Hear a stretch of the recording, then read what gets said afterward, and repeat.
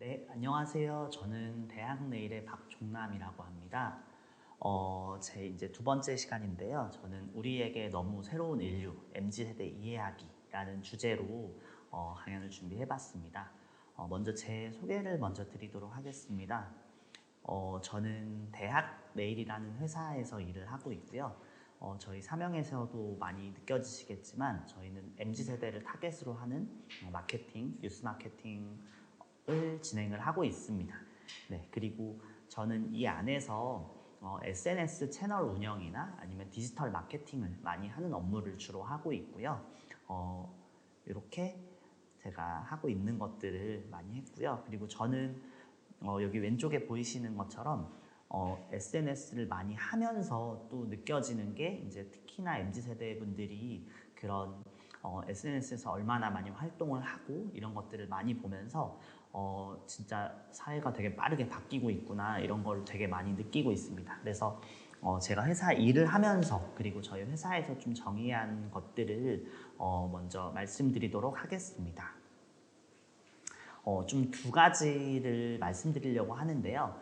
MZ세대를 이해하기에 앞서서 좀 세대론에 대해서 말씀을 드리고 그리고 이제 그 이후에 올해의 트렌드를 좀 말씀을 드리려고 해요. 그래서 여러분들이 내년에 이제 그 봉사활동을 통해서 청년들 그리고 MZ세대들을 많이 만나보실 텐데요. 좀 이런 이해와 소통을 좀 도울 수 있는 강의를 좀 준비를 해봤습니다. 아마 MZ세대라는 얘기를 많이 들어보셨을 것 같은데요. 혹시 MZ세대의 뜻을 정확히 알고 계신가요? 요즘 방송에서도 되게 많이 MZ세대라는 얘기가 나오고 있죠. 그래서 많이 이렇게 들어보셨겠지만 좀 정확하게 좀 뜻을 좀 구분을 해서 말씀을 드리도록 하겠습니다. MZ세대라고 하면 밀레니얼과 Z세대를 이렇게 일컫는 건데요. 좀 세대에 대해 먼저 말씀을 드리겠습니다. 네. MZ세대 기준이 다 다르던데 저도 이제 강연 같은 거를 가보면 이런 얘기를 되게 많이 듣거든요. 정확히 뭐가 맞는 건가요? 그리고 이게 보편적인 현상이라고 할 수 있나요? 일부의 좀 극단적인 사례가 아닌가요? 이런 질문을 되게 많이 듣고요. 그리고 뭐 이러한 게 요즘 MZ세대 분들의 트렌드예요 라고 말씀을 드리면 이거 일시적으로 반짝 유행하는 거 아닌가요? 이게 트렌드예요? 우리 때도 있었는데 복고나 레트로가 트렌드인가요? 우리 때도 이거 똑같은 거 했었는데요? 이런 얘기도 많이 듣고요. 그리고 저거는 그냥 그 연령의 특성 아닌가요? 저 나이 때 원래 다 그런 거 아닌가요? 그리고 뭐 이게 MZ세대만의 특성이 맞나요? 다른 세대도 다 그런 것 같은데. 그리고 밀레니얼이랑 Z세대가 뭐가 다른가요? 이런 질문을 되게 많이 받거든요. 그래서 좀 이런 질문을 받으셨을 때 한 번 더 이렇게 이해하시기 좋으시도록 먼저 세대론에 대해서 말씀을 드리도록 하겠습니다. 먼저 세대라고 하면은 사전적으로는 좀 가족적인 의미로 이 아이의 세대가 이제 부모 일을 계승할 때까지 하는 약 30년 단위를 이제 말하는 연령층을 이제 세대라고 하고요. 그리고 사회적인 의미로는 같은 시대에 살면서 공통의 의식을 가지는 비슷한 연령층의 사람 전체를 일컫는 말입니다. 지금의 세대론이라고 하면은 좀 가족적인 의미보다는 좀 사회적인 의미에 많이 포커스를 두고 있는 것 같습니다. 이 비렐름 딜타이라는 심리학자가 이런 얘기를 했다고 합니다. 감수성이 예민한 청년기에 어떤 큰 사건을 만나서 그 사건에 강력한 영향을 받은 같은 시대의 사람들이 같은 세대에 속하는 사람들이고 그들이 생각하고 느끼는 방식에는 다소 공통적인 데가 있고 행동 양식도 공통적이라는 건데요. 이 같은 어떤 영향을 받은 시대의 사람들 그리고 공통적인 행동 양식을 보이는 게 이 세대라고 봐주시면 좋을 것 같습니다. 그래서 세대론을 좀 정리하자면 특정 사건들의 영향을 받은 이들이 가진 공통적인 특성과 성격을 강조하고 그것이 사회 전반에 미치는 영향을 찾는 이론이라고 봐주시면 좋을 것 같습니다. 예를 들어서 70년대의 사건 A, 80년대 사건 B, 90년대 사건 C, 2000년대 사건 D라고 이 네 가지 사건이 있다고 보면은 이때 70년대 사건 A를 받은 이 A 세대는 이 10대에 있으신 분들은 이제 2000년대의 사건에서는 40대, 그리고 지금 2010년대에는 50대겠죠. 그리고 이 90년대에 태어난 이 B세대인 10대들은 2010년의 사건 이후에는 30대인 거죠. 한 20년 정도의 차이가 나는 건데요. 이렇게 A세대와 B세대는 좀 공통의 관심사가 이제 그 어떤 양상이 드러나게 됩니다. 그래서 A세대의 특징이 다르고 B세대의 특징이 다르겠지만 이 같은 것도 있고 다른 것도 있지만 이것을 이제 공통에 드러나는 것들을 세대론으로 이렇게 정의를 하고 있고요. 그래서 특정 세대가 공통적으로 겪었던 경험과 환경적 특성을 기반으로 그 세대가 지닌 특징을 찾음과 동시에 좀 다른 세대와의 차이점을 강조하는 것이라고 하면 좋을 것 같습니다. 그래서 말씀드린 것처럼 공통적인 특성도 있고 좀 다른 부분도 있을 건데요. 그래서 이걸 세대별로 나눈 것이라고 봐주시면 좋을 것 같습니다. 그 세대를 분석할 때 고려하는 세 가지를 이렇게 크게 보고 있는데요. 첫 번째는 연령 효과입니다. 유년기, 청소년기, 청년기, 그리고 사회 진출, 결혼, 출산, 노와 같이 좀 저희가 많이 알고 있는 그 생애 주기적인 변화에 따라서 영향을 받은 것을 연령 효과라고 하고요. 그리고 시기 효과, 이 두 번째는 시기 효과인데요. 전쟁이나 독재 정권, 경제 위기, 그리고 지금 코로나 같은 전염병, 그리고 기술 진화 같은 좀 역사적이나 사회적인 사건의 전 사회 구성원이 영향을 받는 것을 시기 효과라고 하고 있습니다. 그리고 세 번째는 코호트 효과인데요. 같은 시기의 연령대에 특정 사건을 함께 겪은 사람들이 공통적인 집단 특성을 갖게 되고 그 효과가 꾸준히 유지되는 것이라고 봐주시면 좋을 것 같습니다. 그래서 이 세 번째 코호트 효과를 좀 저희는 많이 좀 집중을 해서 보고 있는데요. 세대론을 연구하고 분석하는 방법에 좀 가장 많이 쓰이는 것이 이 코호트 효과라고 봐주시면 좋을 것 같습니다. 그래서 이거는 비슷한 뜻으로는 좀 동년배 효과, 그리고 동시대 출생 집단 효과라고도 하고 있는데요. 이 앞에 있는 이 연령 효과와 시기 효과를 좀 묶어서 같이 본 것을 코호트 효과라고 봐주시면 좋을 것 같습니다. 그래서 같은 시기에 특정 사건을 함께 겪은 사람들이 심리적으로나 사회적 그리고 문화적으로 동질성을 보이게 된다고 합니다. 그래서 특정 사건이나 경험이 미친 영향을 중심으로 이렇게 분석을 하는 건데요. 이 코호트 효과를 설명할 수 있는 사회적인 사건의 주요 요소가 6가지 있습니다. 요런 인구가 얼만큼 이렇게 폭발적으로 늘었는지 줄었는지 또는 예를 들어 전쟁이라든지 이런 영향 때문에 인구가 많이 줄었거나 아니면 전후에 많이 태어났거나, 그리고 경제, 어떤 호황이거나 불황일 때, 그리고 교육의 수준이 높거나 낮을 때, 그리고 문화의 수준이 높거나 낮을 때, 그리고 기술이 얼마나 발전하고 좀 이렇게 특정 어떤 사건 때문에 좀 기술이 갑자기 줄어들었다거나, 아니면 이 사회 정치학적으로 예를 들어 특정한 정치적인 그 문화적인 차이 때문에 나타나는 이런 이 6가지를 두고 이렇게 많이 이야기를 하는데요. 이 미국의 세대를 먼저 한번 보시면 미국에서도 이제 이 베이비 부머 세대가 있죠. 그리고 이 65년생부터 80년대 출생인 사람까지를 미국에서는 이 X세대라고 일컫고 있습니다. 그리고 이 81년생부터 96년 출생까지를 밀레니얼 세대라고 하고 있고요. 지금 미국에서의 기준으로는 97년생 이후를 제네레이션 G에서 G세대라고 이렇게 정의를 하고 있습니다. 보통 미국에서 어떤 걸 정해지면은 보통 다른 나라들도 비슷하게 따라하게 되는데요. 우리나라 역시 그렇습니다. 처음에는 우리나라는 이 베이비 부머 세대를 이제 전후 세대 이렇게 55년부터 63년생까지 했었고요.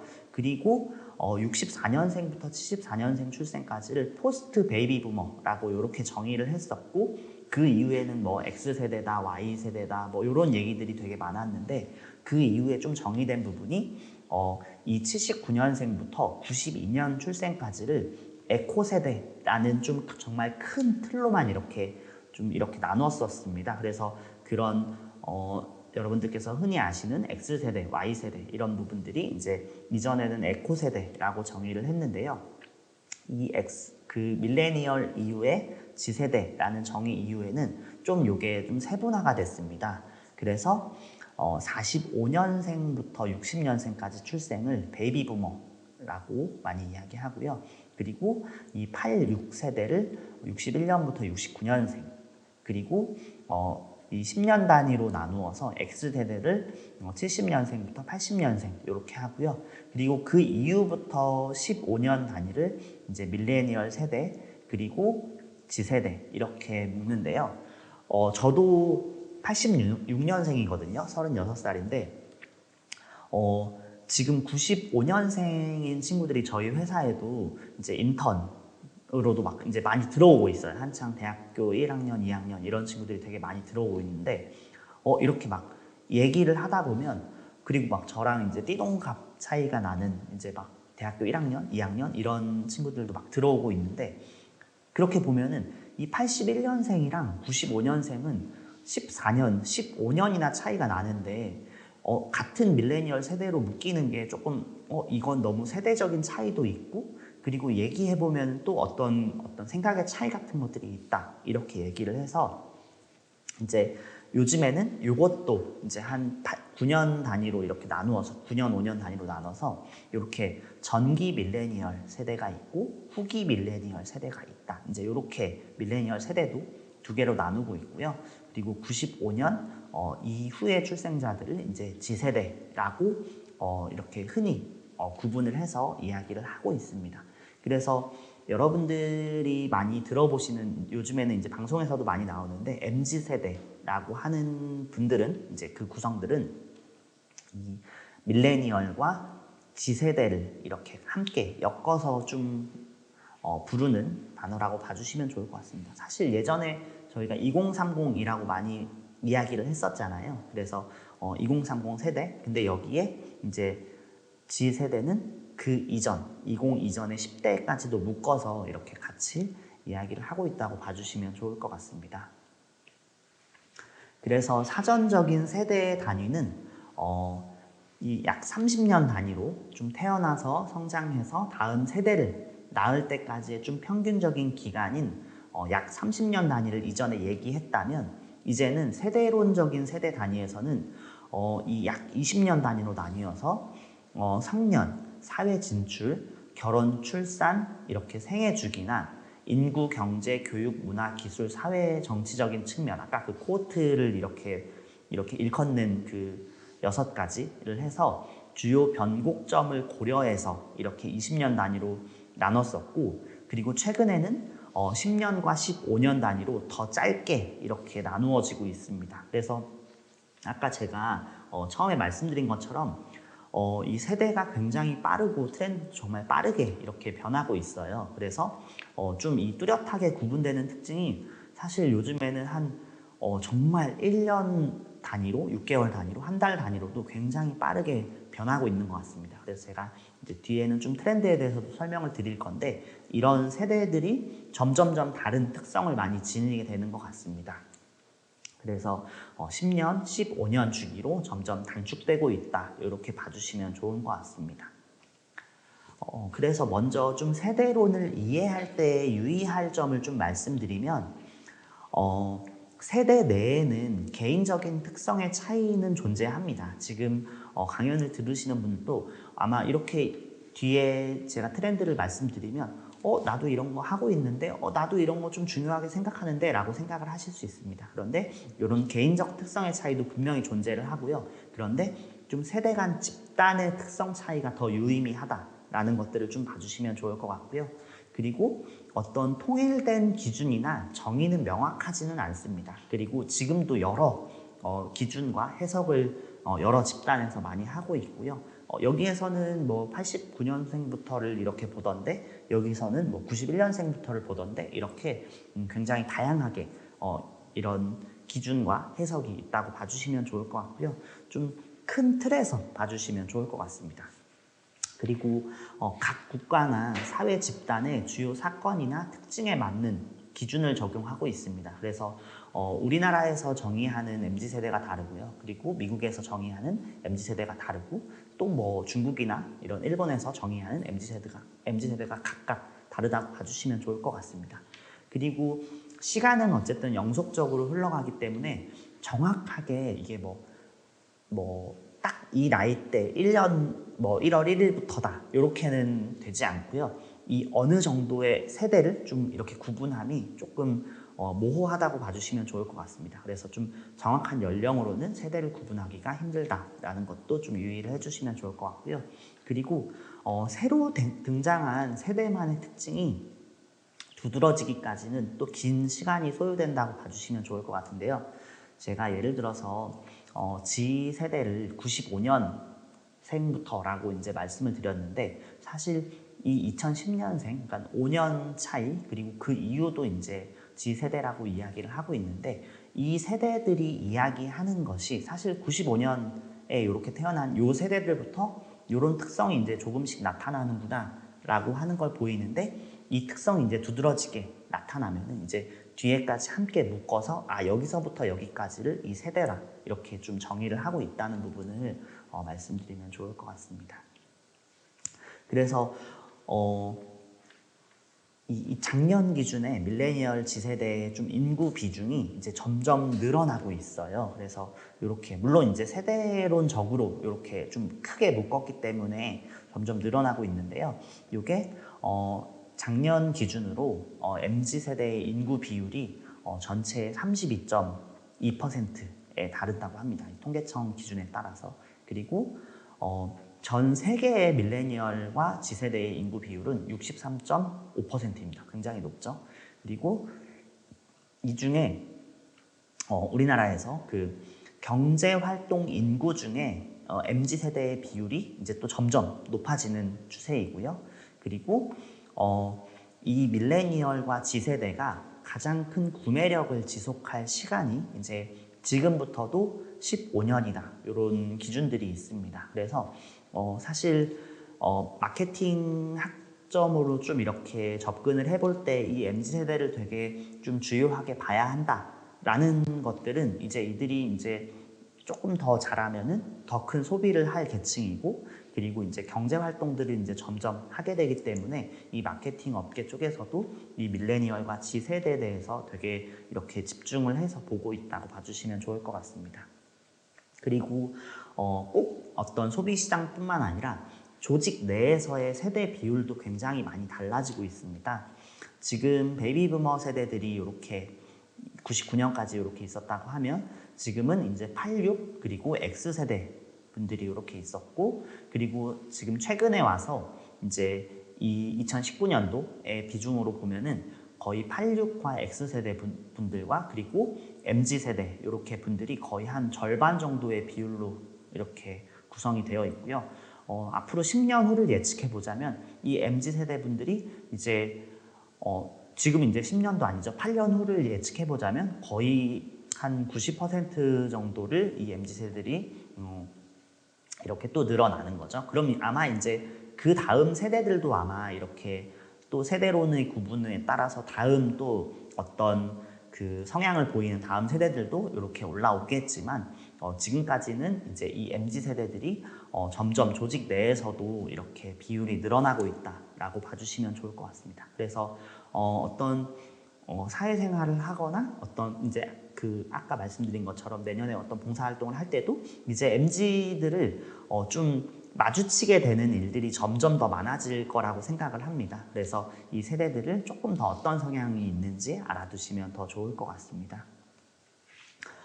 그래서 지금 현재의 기준으로 보자면 이 86세대와 X세대가 현재 조직에서 가장 큰 영향력을 미치고 있고 그리고 의사결정력을 가진 집단에는 분명히 맞고요.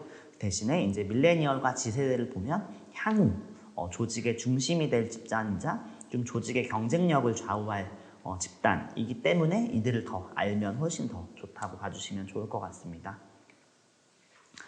이런 단어가 있습니다. 이게 미국에서 많이 쓰이는 표현인데요. It's Gucci라는 단어입니다. 네, 이게 예전에 뭐 쿨 이렇게 얘기하는 것처럼 뭔가 쿨하게 느껴지는 걸 표현할 때 미국의 10대와 20대들이 좀 즐겨 쓰는 은어라고 합니다. 그래서 이 영국의 패션 검색 엔진 리스트에서는 그 2017년에 가장 핫한 브랜드 1위로 구찌를 선정을 했고, 지금 2020년 작년까지도 계속 구찌가 MZ세대들에게는 가장 핫한 브랜드라고 합니다. 그런데 이 구찌에는 좀 재밌는 위원회가 있습니다. 그림자위원회라는 그 위원회인데요. 임원 회의할 때 주제를 가지고 좀 30세 이하 직원들이 다시 토론을 하고 제품 디자인이나 주요 이슈를 결정하는 데에 의결권을 하나씩 다 가지고 있는 이런 위원회라고 해요. 그래서 구찌가 점점 이렇게 좀 브랜드가 올드해지고 있을 때 구찌에서 좀 큰 결단을 내린 거죠. 그래서 임원들과 같은 그 의견의 하나로 이 그림자위원회들을 이렇게 이야기를 했고요. 그래서 이 2017년에 세계에서 가장 많이 팔린 브랜드 1위가 구찌였고, 그리고 전년 대비해서 매출이 40% 이상 급증을 했다고 합니다. 그런데 좀 그 매출 중에 35세 이하의 매출 비중이 55%나 이렇게 늘었다고 해요. 그래서 이들이 그만큼 좀 MZ세대의 의견이나 이런 것들이 조직 안에서도 많이 중요해졌고, 브랜드나 이런 데도 지금 적용이 되고 있다라고 봐주시면 좋을 것 같습니다. 네, 그래서 좀 시장을 선도하는 키라는 관점에서 좀 MZ세대라고 이야기를 했고요. 그래서 저희가 이제 재작년 말에 이제 이렇게 좀 선호도 조사를 했을 때 명품이라는 얘기를 하면 가장 많이 떠오르는 브랜드가 뭔가 이렇게 해서 물어봤을 때 우리나라 역시 구찌가 41% 정도로 압도적으로 거의 1위를 차지를 했다고 봐주시면 좋을 것 같습니다.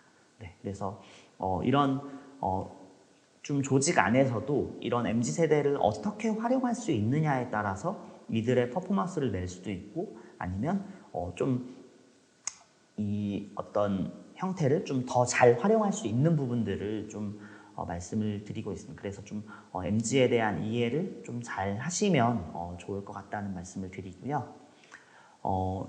트렌드라는 얘기를 되게 많이 들어보셨을 거예요. 트렌드는 이런 일상과 관계와 가치관, 소비에 모두 영향을 미치고 있고요. 그리고 사회인식, 국가관, 직업관, 뭐 회사 생활, 가족관, 업무 태도, 소비 방식, 놀이문화 이런데 모든 거를 통틀어서 트렌드라는 말을 되게 많이 들어보셨을 겁니다.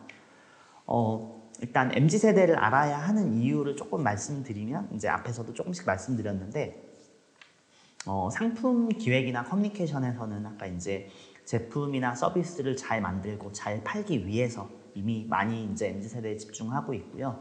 그리고 브랜딩의 관점에서는 브랜드 가치를 좀 지속적으로 유지하기 위해서이고, 그리고 이제 조직 문화에서는 기업의 새로운 인재를 영입하거나 아니면 관리나 지속적인 성장을 하기 위해서 이제 새로운 MZ세대들을 계속 알아야 하는 것이 중요하고요. 그리고 청년 정책이나 이럴 때는 이제 국가나 사회의 미래를 위해서도 이제 MZ세대를 좀 알아야 하는 시대가 온 것 같습니다.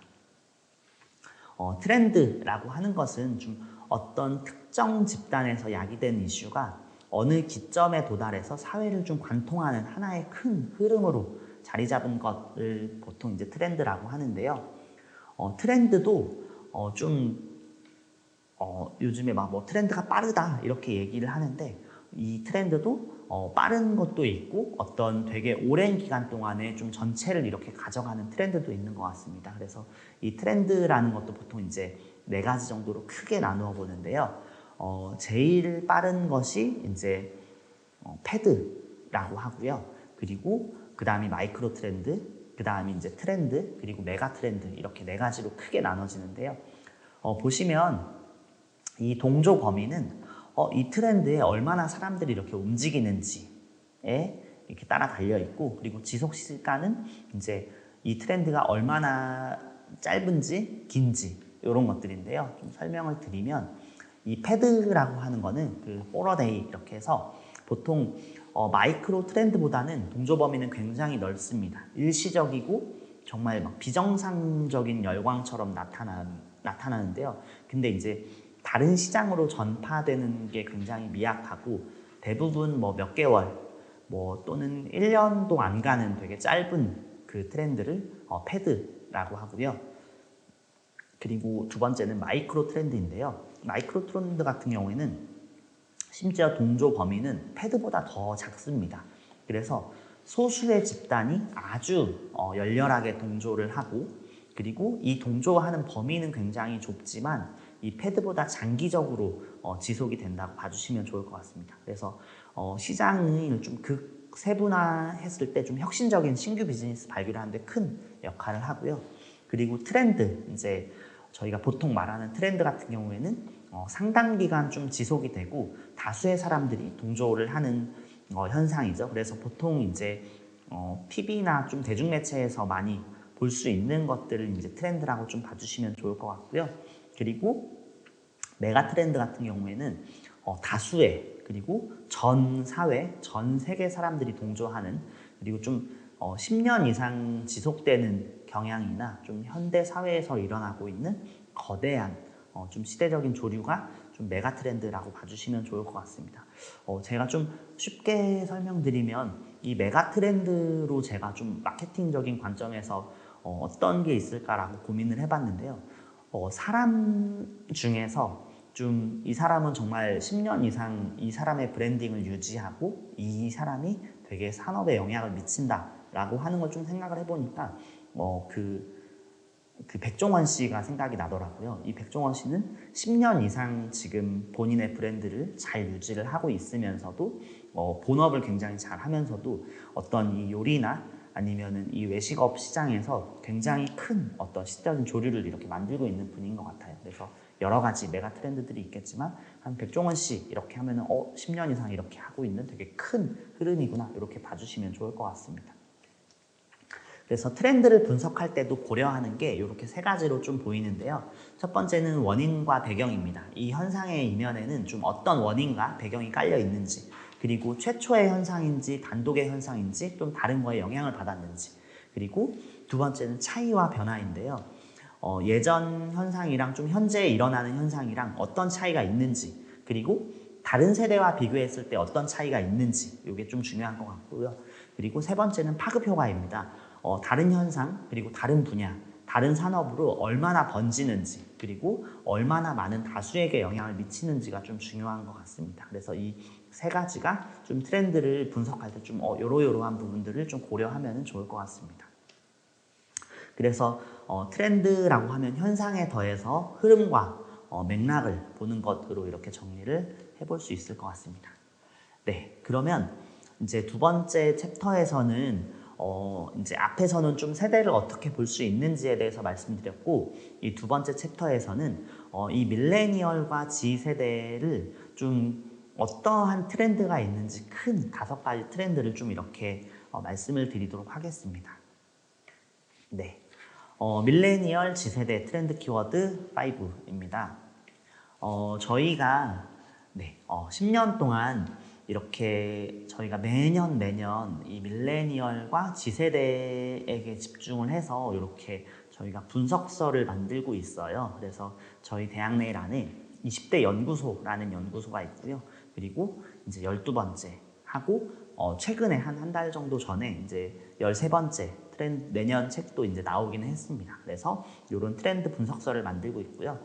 트렌드 분석서에 나온 내용을 조금 정리를 해봤습니다. 아까 앞에서 말씀드린 것처럼 좀 MZ픽 이렇게 해서 MZ세대가 선택한 것이 시장의 주류가 되는 현상들이 요즘에 최근에 많이 발생을 하고 있습니다. 그래서 MZ세대가 올린 SNS 글 하나, 내가 올린 댓글 하나, 그리고 소비하는 물건 하나가 이제 되게 시장에서 반응이 올라오기 때문에 이 MZ세대들이 이 영향력을 되게 실감을 하고 있습니다. 그래서 이런 이벤트를 합니다. 그냥 연예인도 아니고 기업도 아닌데요. 이렇게 예시를 보시면 제가 태어난 지 7,654일이 되는 날입니다. 한 20대 중반, 초중반 정도 되겠죠. 그래서 기분이 좋아서 저 이벤트 엽니다. 이거 RT 해주신 분들 3분 추천해서 스타벅스 기프티콘 보내드릴게요. 이렇게 하고 이렇게 이런 이미지를 올려요. 그리고 저 현재 몸무게가 68.8인데요. 이거 할 때마다 제가 좀 과체중 정상인데 지금 목표 몸무게 도달할 때마다 기프티콘이랑 만난 거 싸드릴게요. 이게 보통은 이런 이벤트 같은 거를 좀 기업이나 아니면 뭐 유명한 연예인들이 이런 걸 많이 하잖아요. 근데 이 MZ세대 분들은 본인 연예인도 아니고 기업도 아닌데 그냥 내가 기분이 좋고 내가 이렇게 기념을 하고 싶은 날에 이런 이벤트를 진행을 합니다.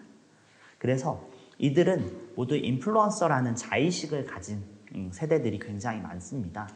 그래서 이 대표 트렌드 키워드를 인플루언서블 세대라고 저희가 잡아봤는데요. 이 인플루언서블이라는 것은 이 영향력이 있는 이라는 뜻이고 세대를 붙인 겁니다. 그래서 자신의 영향력을 알고 행동하면서 변화를 만드는 세대라고 이제 좀 크게 봐주시면 좋을 것 같고요.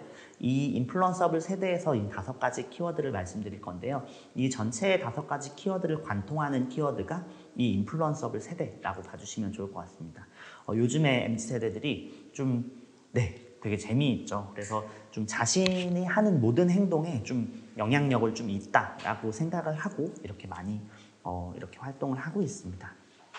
그래서 가치관, 관계, 그리고 콘텐츠, 소비, 이 사회 인식을 가지고 키워드를 하나씩 뽑아봤는데요. 먼저 여러분들도 많이 아시겠지만 코로나 때문에 이 MZ세대들이 좀 일상의 소중함을 새삼 느끼는 작년과 올해였던 것 같습니다. MZ가 추구하는 오늘의 의미가 많이 변화했습니다. 여러분들 욜로라는 단어를 많이 예전에 들어보셨죠? 그 2017년까지만 해도 이 욜로 세대라는 게 굉장히 많았었습니다. 그래서 좀 어떤 시대를 주류하는, 좀 관통하는 이런 그 세대의 좀 의식이었는데요. 후회 없이 즐겨야 하는 순간, 그리고 즉각적으로 스트레스는 쌓아야 하고요. 그리고 뭐 홧김 비용이라고 하는데 이걸 좀 속된 말로 뭐 시발 비용 이렇게 많이 얘기를 해요. 나 화났으니까 이거 내가 금전 치료할 거야 막 이런 얘기 되게 많이 했고요. 그리고 탕진잼, 탕진이라는 게 너무 재밌어 이렇게 하면서 이런 단어들이 되게 2017년에 되게 핫한 단어였다고 하면은 이제 작년 한 해를 이렇게 보면서 작년 한 해의 오늘은 차곡차곡 쌓아나가는 것이고 자신을 잘 관리하고 힘을 기르는 게 중요하고 그리고 일상력과 좀 루틴, 내가 이렇게 매일매일을 이렇게 하는 것 그리고 소확성이라고 해서 소소하지만 좀 확실하게 이렇게 쌓아가는 성취감을 굉장히 많이 중요하게 생각을 합니다. 그래서 MZ세대가 만드는 루틴의 특징을 좀 말씀드릴게요. 굉장히 소소합니다. 보시면 여기 왼쪽에 보시면 눈 뜨자마자 물 한 잔 챙겨 먹기, 비타민 챙겨 먹기, 출근 직전 향수, 나에게 거울을 보면서 미소 짓기, 하루 10분 독서하기, 출근 전 30분 이상 내가 명상하고 생각하기, 그리고 뭐 중요한 업무 3개 정리하기, 화장실 갈 때 하루에 3번씩 스트레칭하기 이런 식으로 굉장히 소소합니다. 그리고 이런 소소한 목표를 하기 위해서 이런 플랫폼들도 굉장히 많이 나왔어요. 다 같이 이렇게 여기 보시면 661명이 신청한 하루에 할 일 3가지 쓰기를 도전을 하는 거예요. 그리고 하루에 한 번 하늘 보기 이런 되게 소소한 목표를 세워서 이걸 성취했을 때 굉장히 큰 성취감을 느낍니다. 그래서 하루에 한 장 사진 찍어 올리기 이런 것들을 많이 합니다. 네, 맞습니다. 그래서 17년도에는 소비를 유발하고 이런 것들이 마케팅적으로도 굉장히 많이 이렇게 좀 소비를 유도했다고 하면은 지금은 좀 이 오늘의 의도가 좀 많이 바뀐 것 같습니다. 그래서 또 운동을 하는 목적도 굉장히 많이 변화했는데요. 예전에는 좀 나를 보여주고 싶고 좀 이렇게 우락부락하고 예쁜 몸매를 좀 이렇게 만드는 거에 이렇게 집중을 했다면 요즘의 MZ세대들은 좀 다른 사람에게 어떻게 보이고 싶은지보다 좀 나를 돌보는 데에 집중을 하고 좀 몸과 마음 그리고 일상의 코어를 좀 튼튼하게 하기 위해서 운동을 많이 하고 있다고 봐주시면 좋을 것 같습니다. 이 예능인데요. 그 오늘부터 운동뚱이라는 예능인데 이 개그우먼 그 김민경 씨가 왜 이거 날씬한 사람만 필라테스 하라는 법 있어? 이렇게 하면서 앞에 운동을 열심히 하고 뒤에서는 이렇게 먹방을 되게 맛있는 것을 막 먹는 걸로 이렇게 프로그램을 하는데요. MZ세대들이 굉장히 열광을 하고 있습니다. 그리고 베스트셀러를 보시면 이런 책들이 굉장히 많이 유행을 했습니다. 근육이 튼튼한 여자가 되고 싶어. 살 빼려고 운동하는 거 아닌데요. 뭐 여자는 체력 이런 식으로 이게 꼭 어떤 좀 보여주기 위한 근육을 만드는 운동보다는 내 코어를 좀 튼튼히 하고 좀 정말 근육을 이렇게 체력을 기르기 위한 운동을 많이 좀 집중하고 있다는 부분을 봐주시면 좋을 것 같습니다. 두 번째 키워드는 일상력 챌린저입니다. 일상력은 일상을 가꾸는 힘이라는 단어이고요. 챌린저는 어떤 도전하는 사람을 이야기하죠. 그래서 아까 앞에서 말씀드린 것처럼 좀 소소한 도전으로 일상을 가꾸는 힘을 기르는 겁니다. 이런 앞에 있는 이 도전, 이런 좀 소소한 도전들을 가지고 이제 내가 일상을 좀 이렇게 꾸준히 할 수 있는 부분들을 이제 기르는 이런 게 MZ세대의 큰 특징이라고 봐주시면 좋을 것 같습니다. 네, 맞습니다. 스스로를 돌보는데 굉장히 큰 관심이 있고요. 이 가치를 두는 것도 좀 이게 남보다는 좀 자신 스스로에게 가치를 두는 것을 굉장히 많이 하고 있고, 근데 이게 꼭 이기적이지만은 않고 이타적이면서도 본인을 좀 많이 이렇게 가꾸려고 하는데 노력을 하는 것 같습니다. 그 다음은 요 나를 돌보는 방법이 이제 이 MZ세대의 좀 챌린지 중에 이런 요리 챌린지라는 거를 많이 해요. 그래서 물론 뭐 잘 만들고 어려운 음식은 아니지만 이런 거를 만들어서 내 한 끼를 좀 이렇게 채워냈을 때 자신을 잘 돌보고 있다는 좀 만족감을 얻고 하루를 살아낼 든든한 이런 일상력을 충전하는 것 같습니다. 네, 그래서 이런 식으로 이런 인스타그램 그 SNS에다가 이렇게 본인이 만든 뭐 이런 반찬 같은 것들, 이런 것들을 이제 이렇게 집콕을 하면서 만들어 먹는 거를 많이 인증을 하고 있습니다. 그리고 정말 좀 요즘에 등산들 많이 좋아하시나요? 등산 가보시면 정말 연령이 낮아지는 거를 확실히 보여지지 않나요? 그래서 좀 몸과 마음의 건강을 좀 챙기는데 정말 이런 키워드 중에 하나로 정말 큰 게 이 등산인 것 같습니다.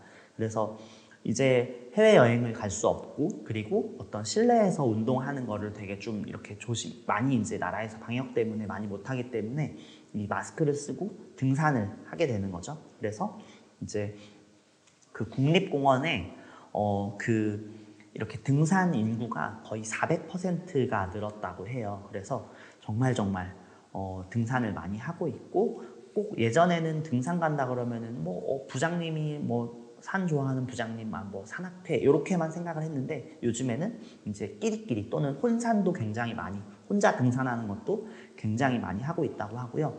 이 블랙야크의 100대 명산을, 저도 등산을 좋아해서 한 6, 7년 전에는 등산 가면은 이제 같이 가신 저희 회사의 팀장님들이나 이런 분들이 이제 그 블랙야크 요걸 들고 이제 인증샷을 찍는 거를, 이 100개를 채우는 거를 되게 열심히 이렇게 하셨거든요. 근데 심지어 요즘 MZ세대 분들에게 이 블랙야크가 굉장히 핫한 브랜드가 되고 그 제품을 많이 구매를 또 한다고 해요. 근데 그 중에 되게 톡톡히 이 몫을 한 게 이 블랙야크 100대 명산이라고 합니다. 그래서 굉장히 마케팅을 몇 수 앞을 보고 한지 모르겠지만 굉장히 잘한 사례라고 볼 수 있겠죠.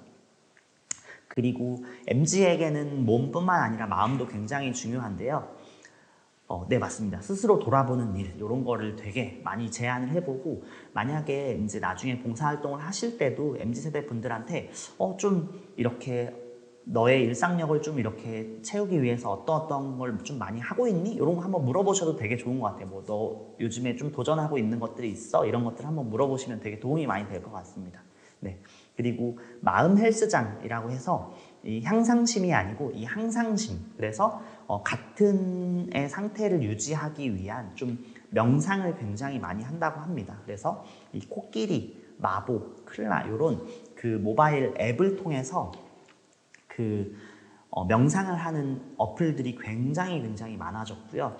그리고 이렇게 단체로 명상을 하고, 그리고 또 그 화상을 통해서 이렇게 명상을 하는 일들, 그리고 요가 클래스 이런 것들이 굉장히 많이 늘어났다고 합니다. 그래서 좀 마음을 이렇게 단련하는 데도 굉장히 중요하게 생각을 하고요.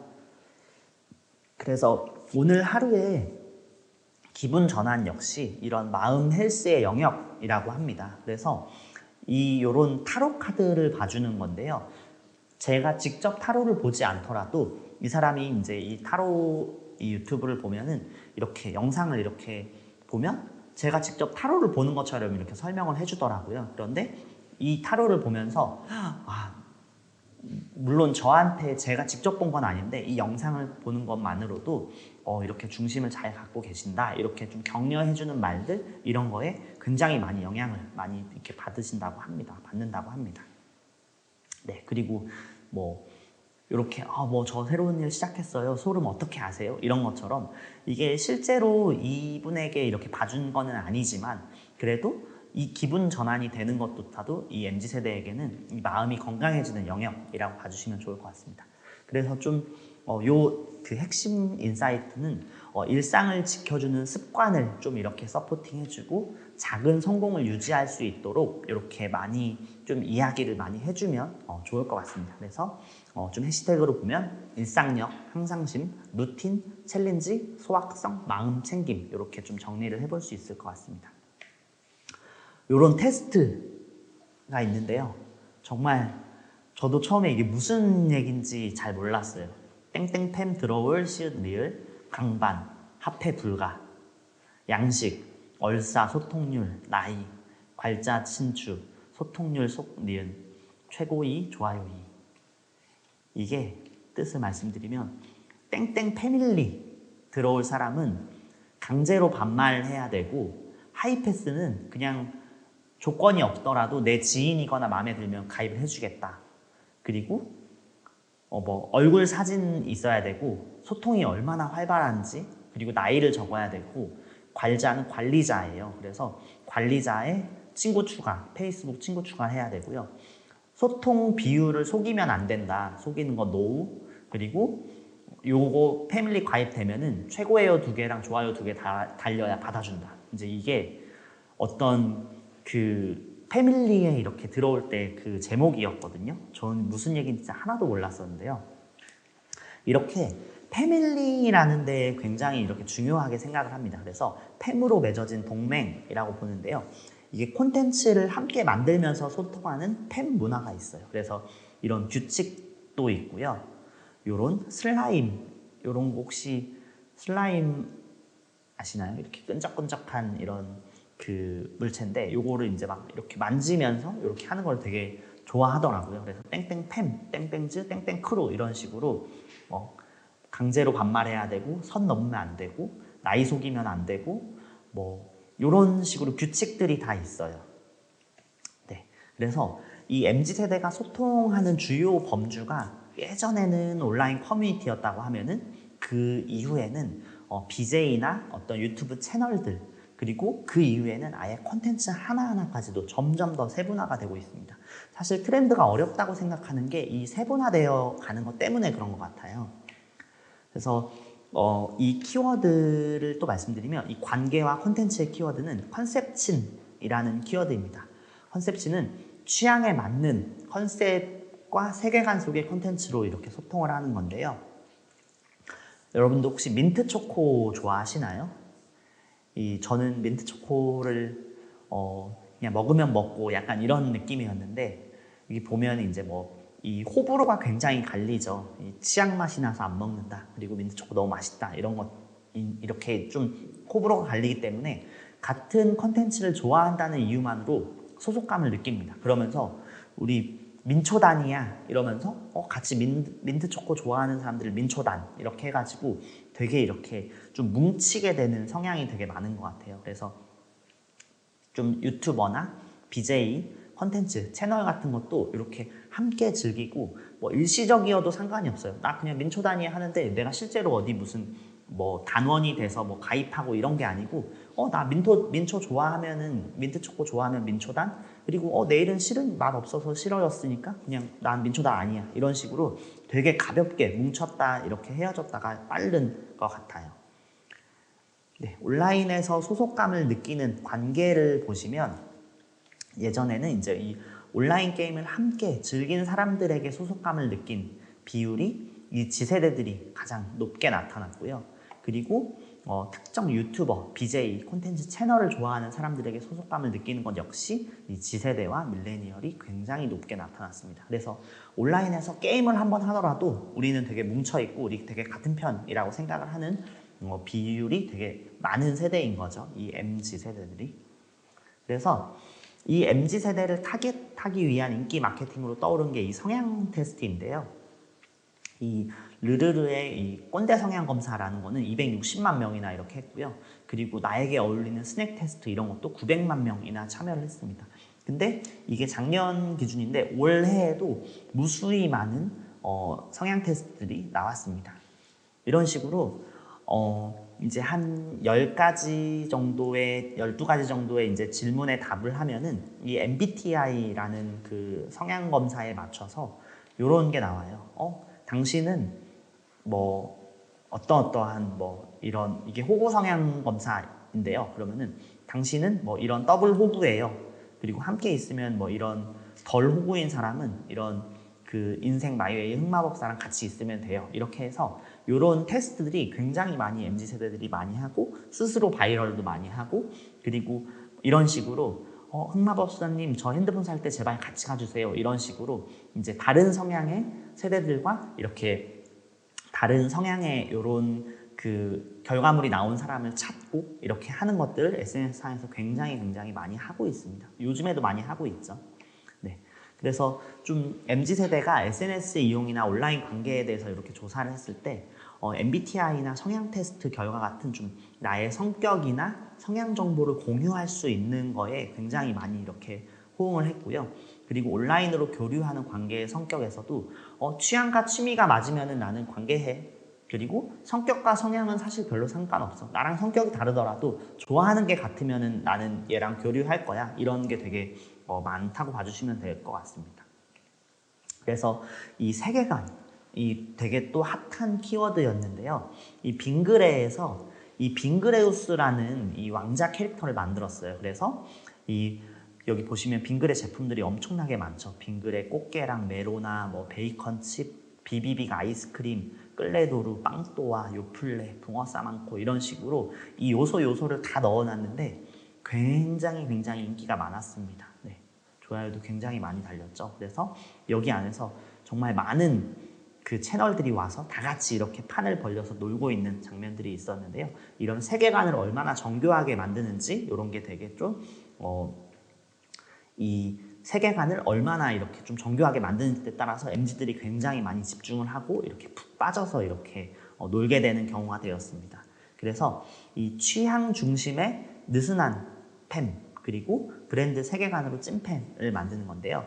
여러분들이 이후에 MZ세대를 보시게 된다고 하면은 너 이런 거 좋아해? 하면은 나는 이런 거 좋아해. 아니면 나 이런 거 싫어해. 이런 것들을 되게 좀 스스럼 없이 이렇게 먼저 많이 얘기해 보셔도 되게 많이 도움이 될 것 같습니다.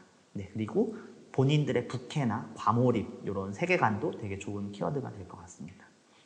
다음 세 번째는 세컨슈머인데요. 세컨드는 두 번째 그리고 컨슈머를 합쳐서 지속 가능한 삶을 위해서 대안을 찾아서 즐기는 성향이 있는데요. 이 세 가지 키워드가 있습니다. 중고, 로컬, 그리고 재테크 이 세 가지로 좀 말씀을 드릴 건데요. 당근마켓이 온라인 쇼핑 앱별로 일간 순이용자가 쿠팡 다음으로 당근마켓으로 굉장히 많이 올라왔다고 합니다. 당근마켓 여러분들도 많이 하시죠? 그래서 이 중고거래 사이트도 중고나라보다도 당근마켓이 굉장히 많이 이렇게 성장을 했는데요. 당근마켓을 하는 이유는 이 비우는 기쁨, 셀러가 되는 재미죠. 내가 이렇게 판매자가 되어보는 이런 좀 경험들을 하게 되는 거고요. 근데 여기에서 또 재밌는 거는 이 한정판을 득템했을 때의 쾌감이 있는 겁니다. 연령별로 중고거래를 하는 이유를 보면은 이 MZ세대는 단종되거나 절판된 좀 리미티드 제품이라서 찾기 어려운 것들을 구하기 위해서 이 중고거래를 하는 게 굉장히 많아졌고요. 네, 요런 구하기 어렵다. 요런 게 10대 후반 요렇게 한정판, 사은품, 굿즈, 연예인 굿즈 같은 거를 사기 위해서 이런 중고거래를 많이 하기도 합니다. 그리고 또 이 아까 앞에서 말씀드린 것처럼 좀 느슨한 교류를 나누는 커뮤니티가 굉장히 많아졌습니다. 여기 보시면 당근마켓에 올라온 글인데요. 어제 색종이로 접은 코기 외식콕인데 데려가세요. 이런 게 있고요. 그리고 그런데 여기 누가 또 저 성신여대 입구인데 오실 수 있으면 받고 싶어요. 그래서 얼마든지 가능해요 해서 여기 종이로 접어놓은 외식콕이 보이시죠? 이거를 나도 이 상황이 조금 어이없긴 한데 거래를 한 거예요. 귀여워서. 그리고 벌레 잡아주실 분 구합니다. 이렇게 해서 뭐 3만 원 드릴 테니까 벌레 잡아주세요. 그리고 여기는 우리 집 고양이 안 팔아요. 그냥 우리 집 고양이 자랑이에요. 9999999 이렇게 해가지고 9천만 원 이렇게 올렸죠. 근데 이런 식으로 이 당근마켓 역시도 굉장히 이들에게는 재미있고 좀 놀기 위한 공간인 거예요. 뭐 우리가 더 저렴하고 뭔가 이런 거를 이렇게 한다기보다는 되게 좀 재미있는 교류를 할 수 있는 커뮤니티라고 봐주시면 좋을 것 같습니다.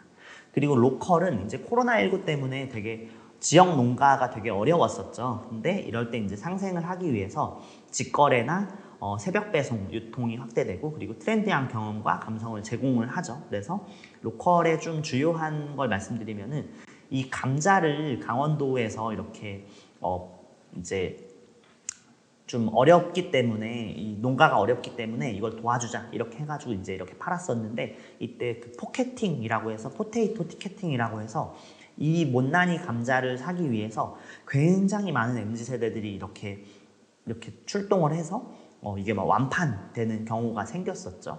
그리고 이 만남의 광장이라는 프로그램에서는 이 백종원 씨가 어려운 농가들을 이제 좀 이렇게 직접 기업에 얘기를 해서 여기 이렇게 뭐 사주실 수 있으세요? 해서 이제 뭐 기업 회장들이랑 전화를 해서 상품을 만들면 MZ 세대들이 이거 착한 소비야 우리 돈으로 혼줄 내주자 이렇게 해서 이제 돈줄 내다 이런 말도 있는데요. 이렇게 해서 많이 이렇게 판매가 되는 형태도 있었습니다.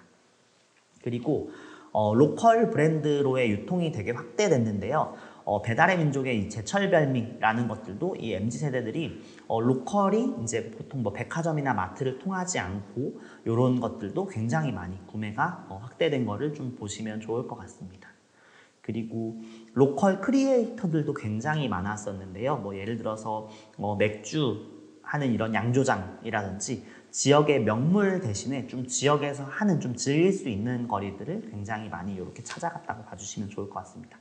그리고 재테크 부분인데요. 이 티끌테크라고 해서 밀레니얼이 재테크를 할 때 예금, 적금, 주식, 보험, 잔돈 저축 서비스, CMA, 펀드 이런 것들을 굉장히 많이 한다고 해요.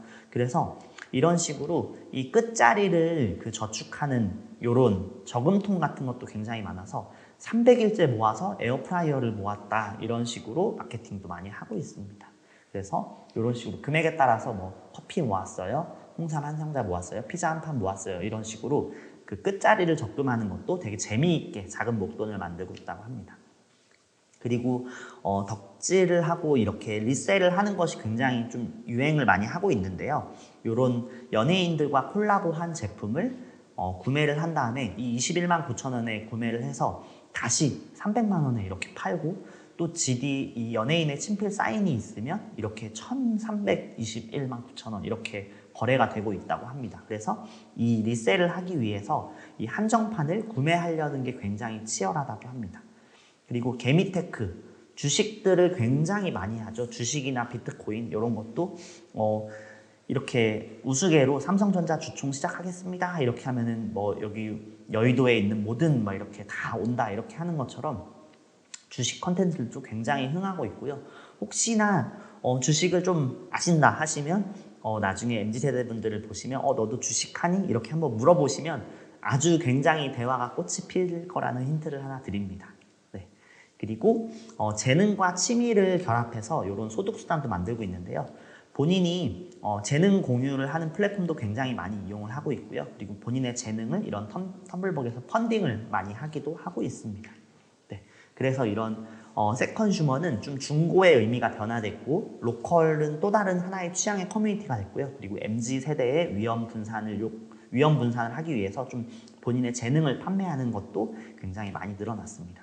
그래서 코로나 재능 기부로 이렇게 좀 국내에서 코로나 지도 같은 것도 굉장히 많이 있었는데요. 이게 대학생이 만든 거예요. 제가 시간 때문에 좀 빨리 말씀드리겠습니다. 그리고 이런 해시태그 납치 사건이라고 해서 그 흑인이 그 차별을 받았을 때 오히려 백인들이 이런 화이트 라이브 매러 이렇게 해가지고 오히려 이런 그 흑인들을 조롱하는 해시태그를 많이 했었는데요.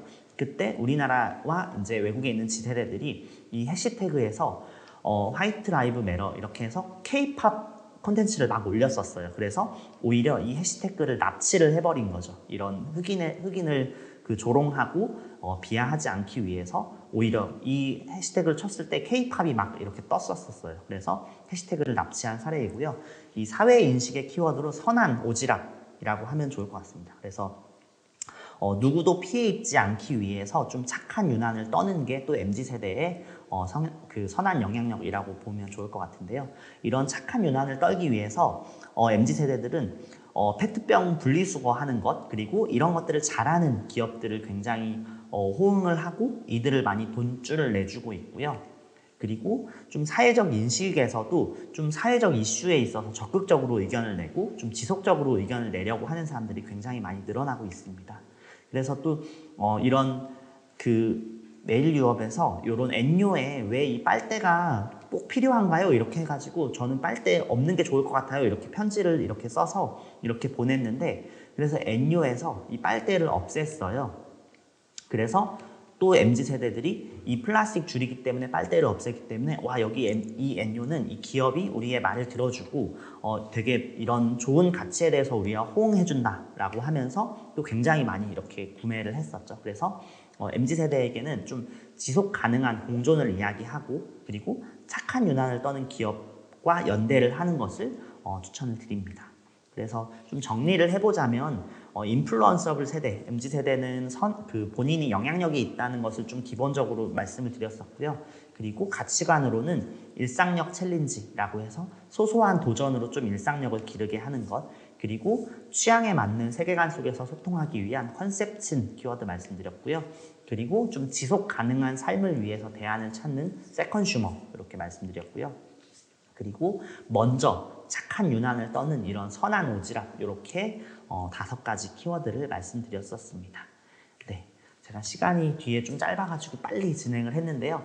여러분들이 내년에 봉사활동 하실 때 좀 MZ세대 분들을 조금이라도 더 이해할 수 있었으면 좋겠고요. 네, 또 궁금하신 거 있으시면 댓글로 말씀 주시면 이렇게 말씀드리겠습니다. 네, 시간이 많이 없어서 Q&A 이렇게 하고 강연은 마무리하도록 하겠습니다. 긴 시간 동안 들어주셔서 감사합니다.